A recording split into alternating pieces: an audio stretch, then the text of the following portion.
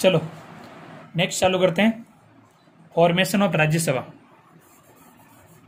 Formation of Rajya Sabha, इस राज्यसभा को अपन upper house भी बोलते हैं और काउंसिल ऑफ स्टेट भी बोलते हैं और सेकेंड हाउस भी बोलते हैं। ठीक है, वही लोकसभा में किया ऐसा ही। First point, number of members. तो राज्यसभा की जो टोटल स्ट्रेंथ होती है वो होती है 250।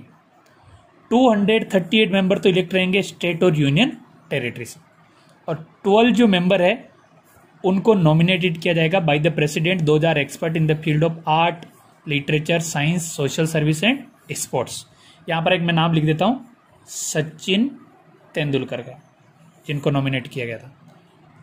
आगे बात समझे। और 8 प्रेजेंट टाइम में जो स्ट्रेंथ है लोक राज्यसभा की वो भी आपको दिखानी 245। ये 5 प्लस माइनस कैसे है इसकी कहानी मैं आपको थोड़ा सा बताता हूँ ताकि आपको कहानी समझ में आ जाए अच्छी तरह से। ये 5 प्लस माइनस का क्या स्ट्रेंथ, देखो अभी 245 है ना, उसका ऐसा है सिस्टम 229 प्लस 4 प्लस 12, ये हो जाएंगे 233 और क्या हो जाएंगे 12, कितना हो जाएगा 245। अब जो मैक्सिमम ये रह सकता है, कितना रह सकता है 250। ये कहानी इसलिए है कि कल के दिन में मान लो भी जम्मू कश्मीर एंड लद्दाख इन दोनों का भी प्रॉब्लम सॉर्ट आउट हुई, तो अब कॉन्स्टिट्यूशन में कुछ इनको क्या करना पड़ेगा, चेंज करना पड़ेगा। तो अभी 8 प्रेजेंट टाइम का आपको याद नहीं रखना, मैंने जितना बताया वो लिख देना। अभी 8 प्रेजेंट टाइम में स्टेट से इलेक्टेड होते हैं 229 और यूनियन टेरिटरी से इलेक्टेड होते हैं केवल 4। ये 4 कहाँ कहाँ से होते हैं वो भी मैं आपको बता देता हूँ, आपकी बुक में नहीं लिखा हुआ है। दिल्ली से कितने होते हैं 3, और एक आपका होता है पुडुचेरी। आगे बात समझे, दिल्ली और पुडुचेरी दोनों से इलेक्ट होते हैं। आगे बात समझे, यानी 3 तो दिल्ली से और एक पुडुचेरी से। तो टोटल यूनियन टेरिटरी से भी प्रेजेंट टाइम में कितना है 4, स्टेट से कितना 229, तो हो जाएंगे 233 और ये 12, टोटल कितना हो जाएगा 245, 245। ये मैंने आपको सिस्टम समझा दिया। एक थोड़ा सा लोकसभा में बताना रह गया था। अगर लोकसभा का भी आपको लिखना कि प्रेजेंट टाइम में स्ट्रेंथ कितनी है, तो लोकसभा की प्रेजेंट टाइम में स्ट्रेंथ है 545। कितनी है 545, ये थोड़ा सा आप ध्यान रखना है।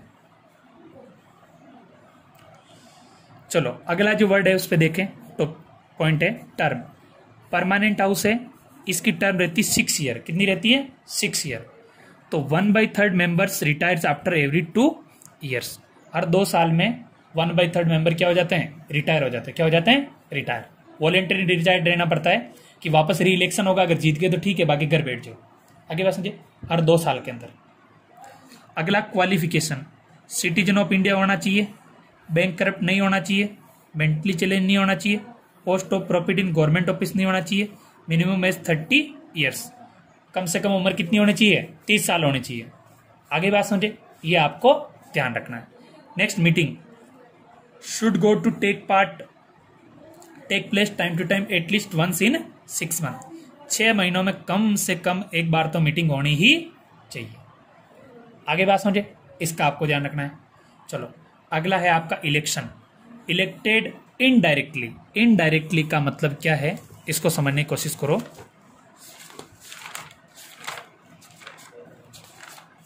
सपोज करो आपने कोई एक्स नाम के प्राणी को इलेक्ट करके भेजा, आपने इलेक्ट कर दिया। सपोज करो ये लेजिस्लेटिव असेंबली पहुंच गया। आगे बस ये फिर अपनी एवज में वहां पर क्या डालेगा, वोट डालेगा। इसको क्या बोलेंगे, इनडायरेक्ट। और लोकसभा में क्या होता है, डायरेक्ट इलेक्शन होता है। क्या होता है, डायरेक्ट, कि मेरा नाम सुरेश है तो मैं जाके वहां पर क्या डाल रहा हूं, वोट डाल रहा हूं। ये फर्क है दोनों के अंदर, है ना। ये थोड़ा सा आपको ध्यान रखना है। इसमें कौन कौन पार्टिसिपेट होते हैं, member of states legislative assembly, जिनको अपन अपने लोकल लैंग्वेज में बोलते हैं एमएलए। क्या बोलते हैं, MLA, member of legislative assembly. And members of union territory of legislative assembly. यहाँ पर यूटी से भी वोट डालेंगे प्लस स्टेट से भी वोट डालेंगे। अब यूटी में आपके दिमाग ख्याल आना चाहिए कौन कौन, अभी मैंने बताया। एक तो आपका डालेगा वोटिंग में दिल्ली, और दूसरा क्या डालेगा, पुडुचेरी। 3 सीटें इसकी है और 1 सीट इसकी। आगे बात समझिए, इसमें 2 वेरी मोस्ट इंपॉर्टेंट है। According to single transferable vote system of proportional representation. Single transferable vote system of proportional representation, इसको मैं आपको अच्छी तरह समझाता हूं, ढंग से आप समझने की कोशिश करोगे तो आई होप कि आपको ये चीज समझ में आ जाएगी। पहला आप सिंगल ट्रांसफरेबल वोट के बारे में बात कर लेते हैं। कैसे? इसको देखो, मान लो मेरा नाम सुरेश है, मैं क्या करने गया? वोट डालने गया। अब वोट डालने गया तो जो वोटिंग मशीन होती है उस पर मान लो ABCD 4 कैंडिडेट के नाम दे के, आगे समझो, मैंने वोट डाला बी वाले कैंडिडेट को, लेकिन वोट पड़ा ही नहीं, तो उस केस के अंदर उस वोट को वो वापस वो क्या करवाएंगे? री करवाएंगे। क्या करवाएंगे? री। तो एक वोट होना चाहिए ट्रांसफरेबल का मतलब क्या होना चाहिए? किसी को पता नहीं लगना चाहिए। No evidence. नो एविडेंस का मतलब मैं वोट किसको डाल रहा हूं पता नहीं चलना चाहिए। आगे बात समझे? ट्रांसपेरेंसी होनी चाहिए। कोई ये नहीं बोल दे कि तू कांग्रेस में देखा है या बीजेपी में देखा है। दूसरा अगला जो वर्ड है प्रोपोर्शनल रिप्रेजेंटेशन। इस वर्ड को समझने से पहले आपको मैं एक पहले वर्ड समझाता हूं, इसको समझने की कोशिश करो। Equal representation. ठीक है, मैं पेंसिल यूज में ले रहा हूं, अलग पेज पे थोड़ा पेंसिल लेके साथ का साथ में लिखते रहें। इक्वल रिप्रेजेंटेशन क्या है? मैं आपके सामने एक एग्जांपल लेता हूं, यूनाइटेड स्टेट ऑफ अमेरिका का है।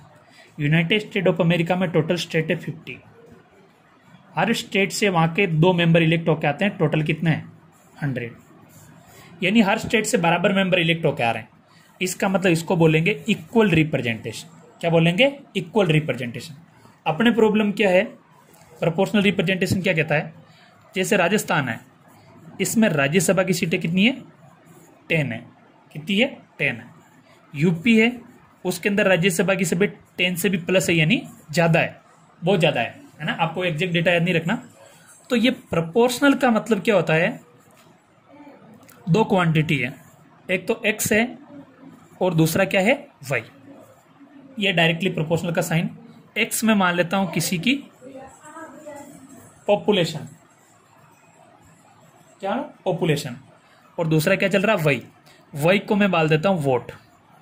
ठीक है, जितनी ज्यादा पॉपुलेशन रहेगी उतनी ही ज्यादा वहां के वोट की क्या रहेगी? कीमत रहेगी। इसका मतलब था प्रोपोर्शनल रिप्रेजेंटेशन, कि पॉपुलेशन के हिसाब से वहां के वोट की क्या आएगी? कीमत आएगी। आगे बात समझो, जितनी ज्यादा पॉपुलेशन उतनी ज्यादा वहां के वोट की कीमत है। इस चीज को आपको मैंने समझाना चाहा। आई होप कि you got it in very well. चलो अगला है ऑफिसर्स। एक तो होता है चेयरमैन, जिसको अपन बोलते हैं एक्स ऑफिसो चेयरमैन। ये जो चेयरमैन रहता है ना, ये आपका रहता है प्रेसिडेंट। कौन रहता है? प्रेसिडेंट। इसका ध्यान रखना, इसका टाइम पीरियड 5 ईयर्स ही होता है। President, vice president, sorry president नहीं, वाइस प्रेसिडेंट। एक होता है deputy chairman, but deputy chairman का जो टाइम पीरियड होता है वो 6 ईयर्स होता है। वाइस प्रेसिडेंट की एब्सेंस में डिप्टी चेयरमैन संभालेंगे, डिप्टी चेयरमैन की एब्सेंस में वाइस प्रेसिडेंट उस हाउस को क्या करेंगे? रन करने का काम करेंगे। आगे बात समझे? अगर ये दोनों आपको समझ में आए तो आगे अपन अगले चैप्टर में पढ़ेंगे लेजिस्लेटिव असेंबली और एक पढ़ेंगे लेजिस्लेटिव काउंसिल। दोनों सेम ऐसे कैसे, तो आपको इनको अच्छी तरह से पढ़ना है ताकि अगले चैप्टर में आपको दिक्कत नहीं आए। I wish you all the best. Happy Rakshabandhan और हैप्पी ईद। मैं आपको बोलना भूल गया था।